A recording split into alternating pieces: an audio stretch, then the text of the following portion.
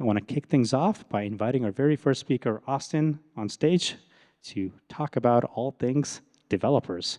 Please give Austin a big round of applause.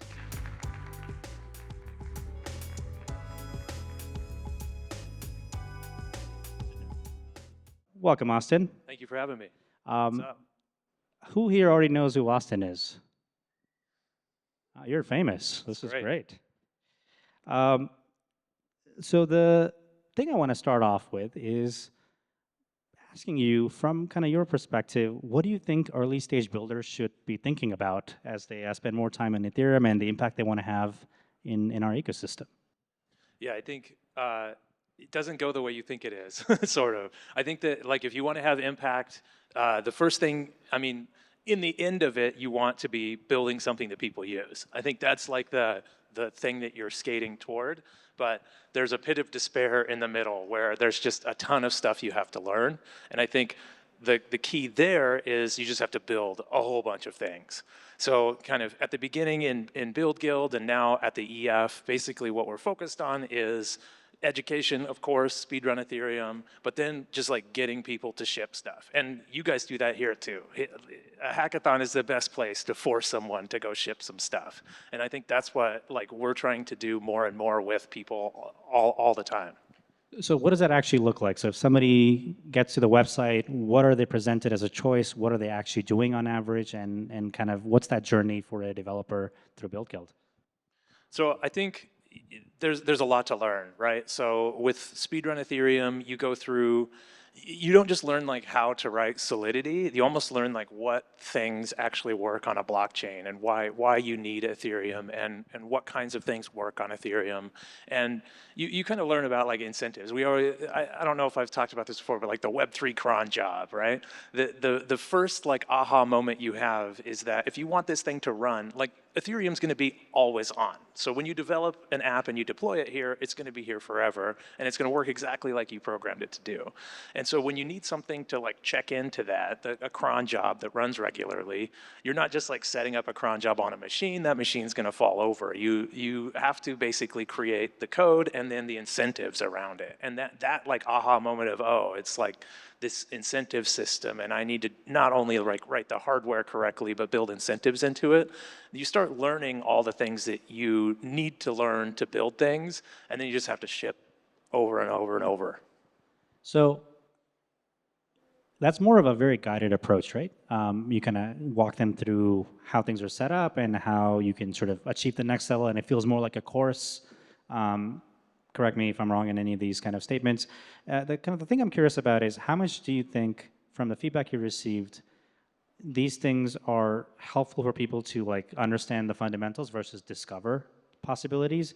Is it mostly just they're trying to memorize, these are the commands, these are the languages and like functions I need to know, this is how programming works in Solidity, and I just like memorize that and get to the next part, and now I think I know enough? Or is it that we want them to be set up so they have to try something without too many instructions and they fail and then discover, oh, this is how you do something instead? What's kind of the balance between this for Speedrun Ethereum? We definitely need to do more of like skating to where the puck is going to be, not where it is now. And I think that with something like the prediction market or the stable coin, some of the more advanced challenges on Speedrun Ethereum, we definitely give you the answers a little bit more than we probably should. But in the early challenges, just like the staking app, there is a moment for sure where you get to the Solidity and you're about to write the first deposit function, and there's not a hint. It's like you've got to track their balance when they deposit money, and you need to make sure that no one loses their money, no one gets their money locked up. Go. And you kind of have to write that Solidity. And there's definitely a moment, and we program that moment in. We spend a lot of time teaching on a lot of like Zoom calls and other like more like one-on-one ways. So when we go to this like virtual curriculum, we want to have that same experience. And there definitely is a moment where you have to think for yourself. And I think that like, give them those moments where they have to think for themselves, they have to build, hold their hand a little bit more for some of the more complex things. But definitely what you're saying here is like, we don't know what the next best app is going to be. Like some amazing banger app is going to come out of a hackathon, and it's going to be a whole new field of apps that we didn't see coming. We can't predict that, so we can't educate people. So the best we can do is just give them all the tools and all the education that we can. And yes, I think we need to do a better job of like opening that up and saying, you know, stop building these exact 3 things and go do something amazing. Like we're counting on you in the crowd to come up with the next big thing. And that's actually exactly correct. Like you can't force innovation or curiosity, and that's kind of one of the things that must be not only just inherent, but like actually derived from trying a bunch of different things. And I feel like anything that's self-guided, whether it's following tutorials or kind of accomplishing challenges to building something at a hackathon, they all have to kind of build in that sort of mechanic to help people discover what could be possible. The thing I guess I'm curious about is that's kind of from the Speedrun Ethereum side, but what does the Ethereum Foundation look at when they're trying to get more developers to build on top of Ethereum or EVM? And how do these priorities or just the goals kind of match, overlay, or just kind of think about like what's important to the EF? So I think, yeah, kind of early days, it was just like me on my own deploying smart contracts to support developers. Then like the Build Guild came along and I brought some of those developers closer and kind of tried to create more Austins and teach some more.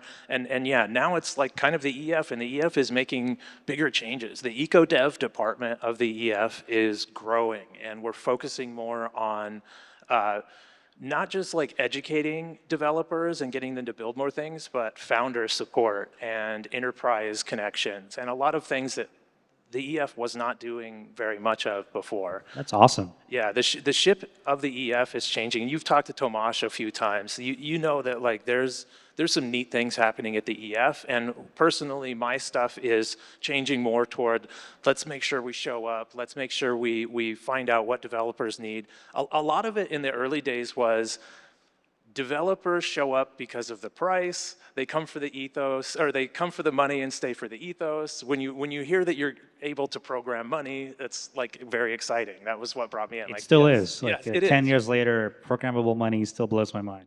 Yes, so you came in and we knew that like devs would grow when the price pumped, but it was more our job to catch them when they landed, or we kind of had this idea of an orbit. And we're doing hand-to-hand combat, we're going to universities, we're teaching as much as we can, but the flow of developers probably happens when the price spikes up. And so our job is like, let's be there for them and catch them when they land. And now it's more like, let's be there, let's catch them, let's give them an education, but let's create a pipeline for them to go all the way through that kind of pit of despair of learning all those things. And then let's be on the other side for founder support, and let's get them into an accelerator. Let's push kind of even like past like that first project and get the 5th and 6th project out there, get them mentorship, get them funding. I don't know, even like Angel and all that stuff. Yeah. I mean, that's basically the full cycle of entry point to a massive successful thing that everybody else can know them for. Still learning though. Like Absolutely. Yeah. I don't think this can ever be kind of done as a goal as well. It's interesting because this is a fairly common thing that is not a unique problem to just crypto. It's every company has that. If you're a developer product, you kind of have to do this whole thing anyway. You have to kind of solve someone's problem. You have to integrate things, help them understand what they can do with what your product is. It's permissionless here, though. So cool. Like a lot of it is just like open source and out there. There's no gating. There's no like, yes, I've got to bring you into I don't have to my get SDK. on a call with somebody to get access to the platform. Yes. There's none of that. Yeah. There's definitely nice benefits, but there's also challenges, right? So it means that you effectively have to think about how do you measure if things are working. I feel like I'm going to ask you a question, but I kind of already know the question applies to me equally as ETH Global, which is, well, how do you know that people who are doing Speedrun Ethereum are actually accomplishing something? Do they just stop after the course? Are they building something on their own after? And also, do you want them to do something? How do you think about those things? And I guess I'm curious on how do you think about broader ecosystem on that same topic? We could definitely see like Speedrun Ethereum has like a whole CRM and we can follow people. It's all open source though, so the best developers really don't even turn anything in. They just take it, they fork it, they speedrun the speedrun, and then they go on to building things. And I think it's that. It's probably like we're looking at on-chain activity, we're looking at who's shipping what. and it's actually really hard to track. Like I have to almost like gut feeling track a lot of this stuff by Which is also funny because everything is also on chain. Like Yes. you think you can write a query about these things, it just doesn't work out that way. You never, so you don't know what people use to learn. Like some person deploys an amazing protocol and you then go talk to them at a hackathon and then you find out they did speedrun Ethereum and scaffold ETH, but we didn't know that until all the way back around. And then that, justifies something we did 2 years ago, but it's hard to figure out the leading indicators rather than the lagging. And I think it's super hard in this space. Even though it's all on chain and everything's a public record and you can see these public apps, you really don't know their journey. It'd be great if there was like there's never going to be that, but like a speedrun Ethereum token and people were buying in. We were like earning parts of each developer's like journey. And then when that developer was successful, is somehow fed back to the system. Definitely never going to do that. Possible, but yes. yeah, not investment advice. I mean, one thing that we get criticism for a lot is, well, should there be companies coming out of hackathons?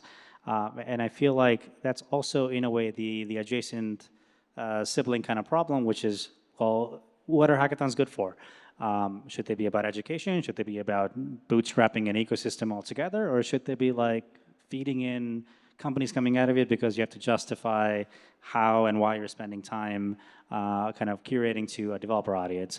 And I guess like I'm kind of curious from your perspective, kind of how you've seen the hackathon world come about. Obviously, I can only answer from the global perspective, but I don't have enough information or context by being involved in other hackathons on how these things work. So what do you kind of feel like challenges are for hackathons, and should hackathon projects become companies? So companies are kind of like we need lots of companies. We need to be getting people hired into companies. Not everybody is going to found their own project, and getting hired into companies and getting sponsorships is like critical. So we need more of them. We need more of them mentoring. We need more of them supporting. But I think if we just like zoom in on the hackathon, it's really the moment where you've been in the dark, you've been in a silo, you've been quietly building. Myself, I was pretty arrogant. I went to my first hackathon like, I'm going to show off this cool app that I built. I'm going to make $1 million today. And it just doesn't work that way. But you need to come to a hackathon and get around everyone else and realize like, oh, wow, this is hard shit. And I'm going to have to learn a lot. And there's a lot to learn. And so that kind of pit of despair that we're talking about here is, you have to ship a ton of things. You don't just have to like learn this deep knowledge of how all of this stuff works and how reentrancy and all these different hacks work and making sure your contracts don't have that and how smart contract wallets work and how batch transactions work. All sorts of stuff you have to learn just to build an app. That's like phase one. And then you have to build a ton of apps. And I think that's where the hackathon is really like this kind of forcing factor, where then you just have to ship something over and over and over again, and it brings you out and it gets you around other people and gets you around the competition, and you understand the competition is fierce. We have some awesome app builders here today. So I think from the company angle, though, that's where they need to land. We need to bring them into the hackathon. We need to kind of get them ready. Then you need to build a whole bunch of things, and then eventually either found your own project or go work at a company in the space. And usually it's almost like you think you can found a project, but really you need to spend more time, and you probably need to get hired at a company first and kind of see how they do it, meet your CEO and see how that CEO hustles, and understand that like you have to be a very serious person to found something, and then go be that serious person and grow up and found that project. So I think companies are sponsors, they're mentors, but they're also like a jumping off point to starting your own company. I think that's exactly right. The framing of this whole thing is that it's not that we should or shouldn't see companies coming out of hackathons or any kind of courses they take or any self-guided way to get into this space. It's that the actual timeline where somebody is learning something and building something for fun to making an impact in their own careers or in the space is not gameable. You have to spend the time. Things may come out 5 years from now, 5 months from now, 5 weeks from now. You just never know. And if you were to kind of measure, oh, did a company come out of this hackathon? You just can't answer that as a standard statement. You have to kind of put that in a time frame. Maybe somebody who starts a company 5 years from now turns out to say, oh, I met my co-founder there, and we're just having a good time building a project, or we're sitting next to each other, or we did something, then we moved our separate ways, and we worked at these companies, we shipped these products, and I own the delivery of this product, and I am the manager here for this whole experience, and now I finally feel like it's time for me to do something on my own. And tracing all that back to these moments is where you actually see impact, but it's harder to see that on a good time scale. And I feel like that's kind of one of those things, which is you kind of have to figure out how do you sort of get people to stay curious, and effectively challenges are one of these things, like, hey, something new came up, whether it's a new feature or we found a new bug that can be sort of applicable to a bunch of things in the past. How do we get people to understand this context? Or you kind of say, look, there's like 10 new services that are out there, 10 different protocols, they do all these things uniquely. Try out what you can do with this, and maybe there's a possibility that you can simplify a portion of what you want to build by integrating someone else's work instead of starting from scratch. And I think that, to me, is like what these types of options are for, and how they can help you learn basically quickly. Simplify is like, that's a great just piece of advice for every hacker. I think that like we have a little bit too much of, let's bring in this sponsor and this sponsor and this sponsor and make this thing. And find one really good, simple idea. Don't try to build this, I mean, maybe try to build this giant on-chain game, but what about just like a really good inventory system for a set of on-chain games and making a very composable, usable piece? I think simplification is a good example, but then also like leaning into the hackathon bingo kind of thing. Like quit just going after sponsor prizes, quit going from hackathon to hackathon. It's really important that we help builders go even beyond the hackathon and use the hackathon as the excuse to go build something awesome, but then that thing that you're building needs to have legs and needs to go longevity longer. matters. Yeah? Yes. Like, you have to kind of see things through and not just stop at like, oh, this kind of basic thing works. Let me try something next now and just kind of put that on pause. You have to actually do the full cycle of get feedback, see if I can improve something, make something better, whether it's my code looking nicer to performance improvements or just people saying, hey, this is hard. How do I make that 3 less steps than before? And the upside is way bigger too. If you think of, I'm gonna go get a $1,000 bounty prize, or I'm gonna pay for my plane ticket, you should be thinking of, I'm gonna buy a private jet. You're not talking about the $1,000 or the $2,000 to pay, your trip here. And you should be, that's awesome, I understand that. Like, you gotta pay for that. But don't just like play bingo and try to get that hacker's prize. Be thinking bigger. Be thinking of hundreds of thousands of dollars, and be thinking of the private jets. Like, I know that's a little bit too far and out there. Like, I'm not flying in a private jet. Like, Ethereum Foundation wants to do in a private jet. Perfect. This is the video title. But have these higher expectations and shoot higher, aim higher than just hackathon bounties. Make a project, found a project, because there's serious upside there. I think the thing that I'm realizing that we don't get to talk about a lot is that people feel like, oh, hackathons and any of these like self-guided experiences should like turn out companies, and that's kind of like the common narrative that's out there. But I feel like I haven't really seen a focus around these things actually helping developers get ready to contribute to open source. That has a way higher impact, especially in our ecosystem. And I feel like that's probably better ROI for long-term value generation and capture than just, hey, let me see if I can make this a company and maybe things will be good or work out for me or seasonal. But getting ready to actually make an impact on developers, like, hey, let me simplify anywhere from a framework to a utility I use to even contributing to the programming language, which we've seen the full cycles of, is way more impact and doesn't get talked about as much. We build guild batches. After you finish the speed run, you go into a Telegram channel. You've got Philip, you've got some other build guild members there. But basically, we set up a repo and we start working on your GitHub etiquette. Like, can you make a PR? Do you know how to do all of these other things? Like, we make sure that you're prepared for committing to open source, because that really is your gateway. If you find an awesome company, you want to go work for Aave, go look at their issues in GitHub and start contributing. You're going to get their attention. And that's the way, that's like the kind of the gateway into a lot of these companies, is get into their GitHub and start contributing, and you'll get their attention right away, and you'll be moved to the top of the list when they're looking to hire people. That's the real proof of work. Yep.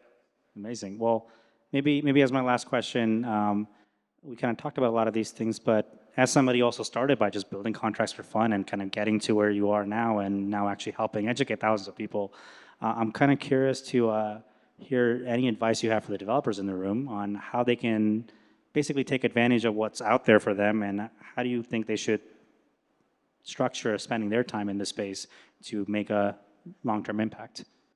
Yeah, I think kind of a lot of the stuff we've already said. Like, the resources are out there. You can go learn how to make a stable coin, a prediction market, a ZK voting app. Like, it's all on out there. Like, Build Guild, Patrick Collins, Rare Skills. Like, these guys have some really good content out there. Learning how is not the hard part. It's learning what, like figuring out what to build. And you may have this idea, or you may think you know, but you really have to just build a bunch of things to really figure out what, and be open to discovery, and be open to finding new things. So yeah, don't get too married to one idea. Have an idea, try to build it, but see how it works, be ready to pivot, and just, you have to do that over and over again. It's a lot of work. You have to build lots of things and get in front of a lot of people, but don't stay in your shell. Get out of your shell, come to hackathons, build your first thing, build your second thing, build your third thing, build your fourth thing, and then get the first 10 people to use it, and then build your fifth thing and get 100 people to use it. And by that time, you're going to be you're going to get through that pit of despair. You kind of go from not knowing what I don't know what I don't know, to I know what I don't know, to now I don't know that I know, and then I know kind of thing. And you get all the way through that by your fifth and sixth thing you've built that actually starts getting users.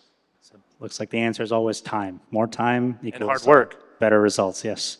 Yep. Well, Austin, thank you so much for this amazing conversation. Please give him a big round of applause.